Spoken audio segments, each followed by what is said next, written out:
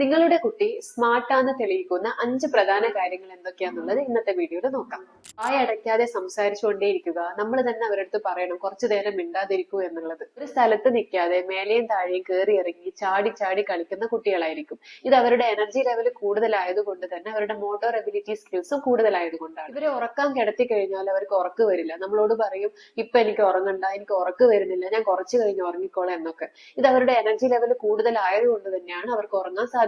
ഒരുപാട് ക്വസ്റ്റ്യൻസ് നമ്മളോട് ചോദിച്ചുകൊണ്ടേയിരിക്കും. നമ്മൾ എന്ത് ചെയ്യുമ്പോഴും ഇതെന്താ ഇങ്ങനെ, ഇത് എന്തുകൊണ്ടാണ് ഇങ്ങനെ ചെയ്യുന്നത്, ഈ സാധനം എന്താ ഇങ്ങനെ ഇരിക്കുന്നത്, അങ്ങനെ നൂറ് ക്വസ്റ്റ്യൻസ് നമ്മളോട് അവർ ചോദിച്ചുകൊണ്ടേയിരിക്കും. നമ്മൾ അവരെ വഴക്ക് പറഞ്ഞാലോ അവരുടെ അടുത്ത് നമ്മൾ ദേഷ്യം പിടിച്ചാലോ പെട്ടെന്ന് അവർ കരയും. ഇങ്ങനെ കരയുന്നത് അവർ ഇമോഷണലി വീക്ക് ആയതുകൊണ്ടല്ല, മറിച്ച് നമ്മൾ പറയുന്ന കാര്യങ്ങൾ അവർ ഡീപ്പായി ചിന്തിക്കുന്നത് കൊണ്ടും അതിനനുസരിച്ച് റെസ്പോണ്ട് ചെയ്യുന്നത് കൊണ്ടാണ്.